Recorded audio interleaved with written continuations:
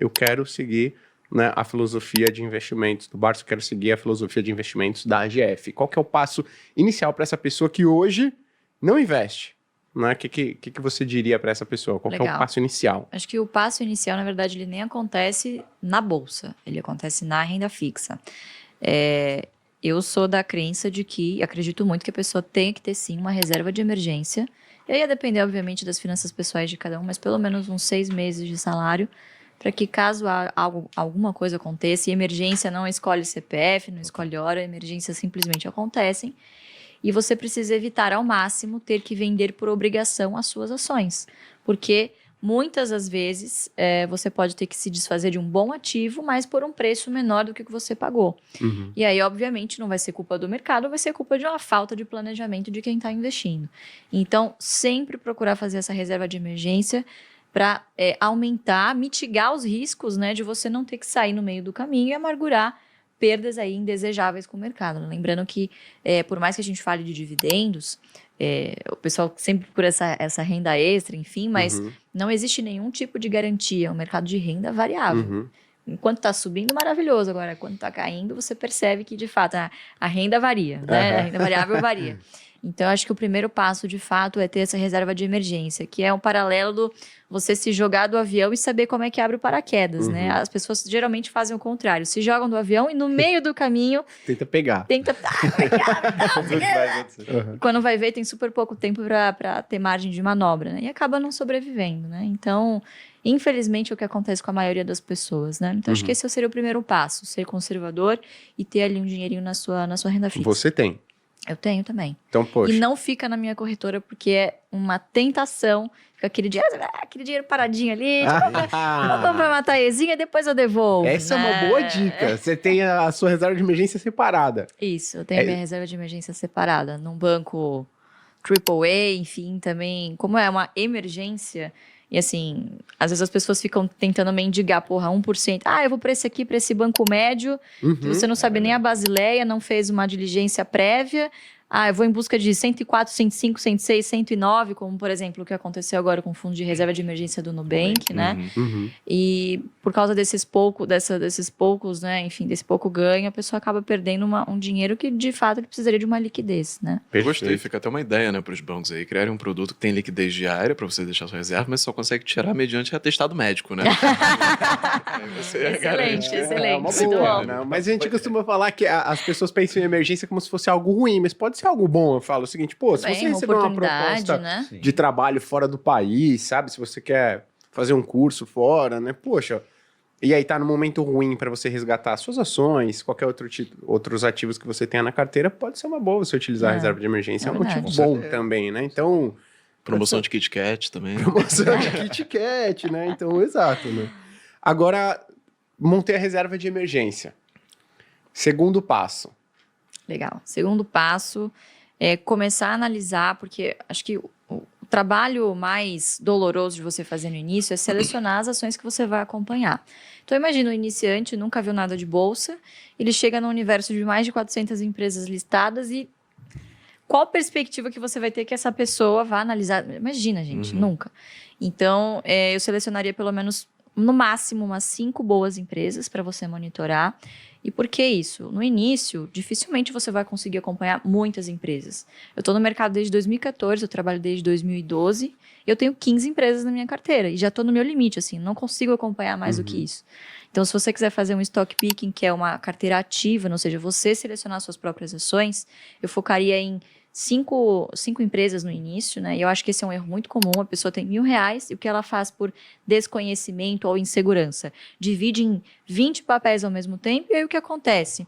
Ela não gera nem fluxo de dividendos capaz de comprar no fracionário, ou seja, ela não gera renda suficiente para reinvestir. E tampouco ver rentabilidade na sua carteira, porque você está tão pulverizado ali que, enfim... E Bovespa. Exatamente. Seria mais fácil comprar um ETF, né? Uma pena que é um mercado ainda pouco desenvolvido, mas acho que estamos caminhando para isso, né? Sim. Então, eu selecionaria 5 boas empresas para acompanhar e ir alternando essas compras frequentes. Porque quando você foca na quantidade de ações e não no valor financeiro em si que você está aportando, você percebe que se esta ação de boa qualidade cai, se o preço cai, com este mesmo recurso você compra mais ações e chega na sua meta mais rápido. Lembrando que o dividendo é pago em função da quantidade de ações possuída e não do valor financeiro que você aportou. Perfeito. Né?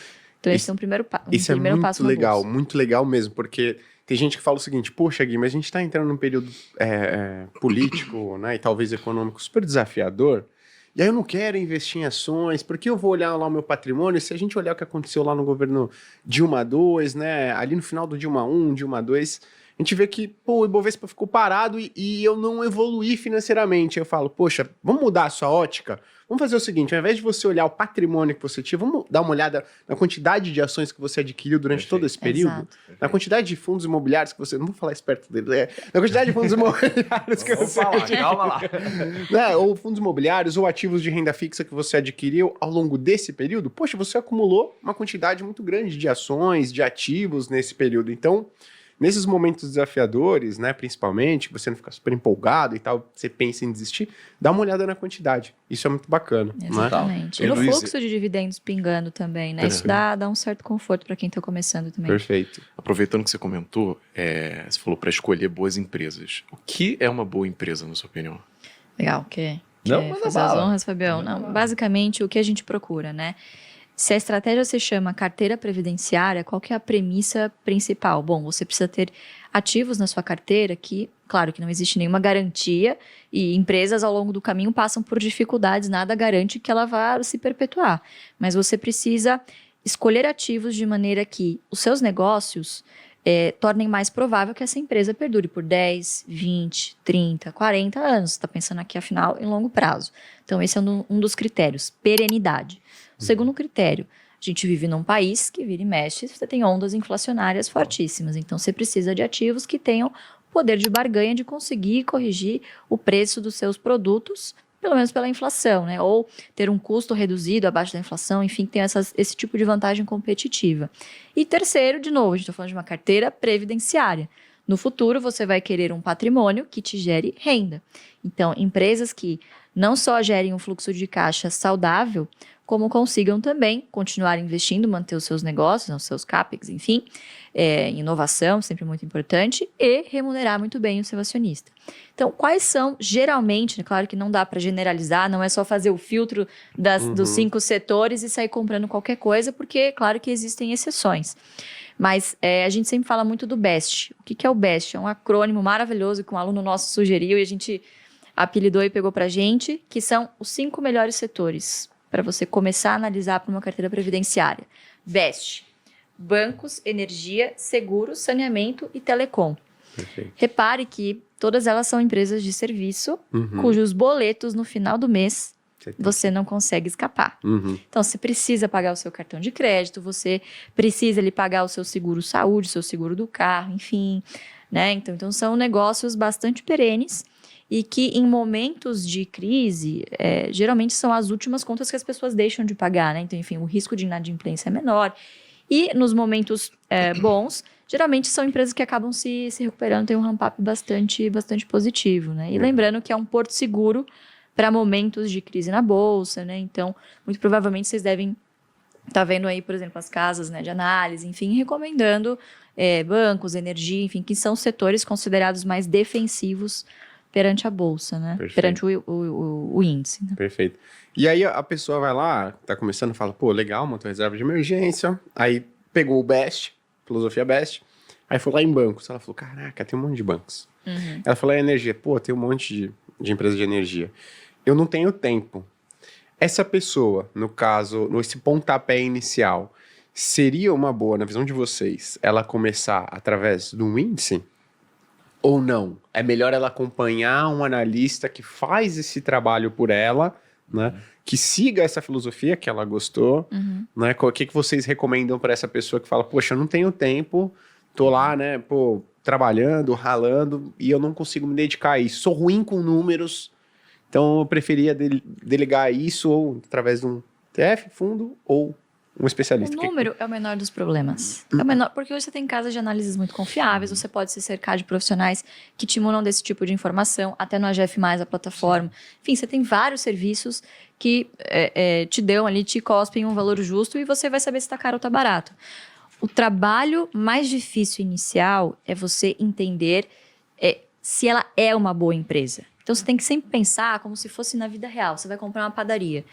Quais características desse negócio você vai avaliar? Poxa, quem são os sócios? Quem são os gestores que estão ali? Pô, você vai lá dar um Google, gente. A gente vive a era da informação, vai no LinkedIn. Pô, alguma coisa sobre a reputação dessas pessoas você vai encontrar na internet, conversar com conhecidos. Então, você vai fazer um trabalho de diligência nesse sentido. E às vezes as pessoas falam, pô, mas eu não tenho tempo. Mas, cara, você arranja tempo para várias outras coisas, muito menos importantes e mais supérfluas do que isso. Você tem que lembrar que é o dinheiro do seu futuro. E você vai pagar um preço muito caro se você, obviamente, não fizer esse negócio direito.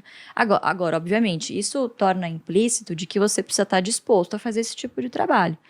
Por que aqui a gente não acredita muito em você investir em índice? Porque, infelizmente, não distribuem dividendos e, se distribuíssem, seriam tributados. Então, não há vantagem aqui, diferentemente dos Estados Unidos, em que os ETFs, bons ETFs, distribuem bons dividendos enfim, lá o dividendo já é tributado, mas, diferentemente do que ocorre aqui, não haveria essa vantagem, exatamente. Então, você tem que estar disposto, né, Fabiano? Acho que é um acordo com você mesmo de que, poxa, você vai ter que sentar e vai estudar. Isso não acontece do dia para a noite, né?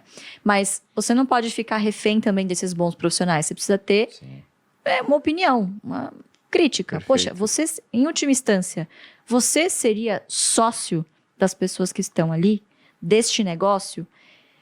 Entender o que a empresa faz é o mais importante de tudo.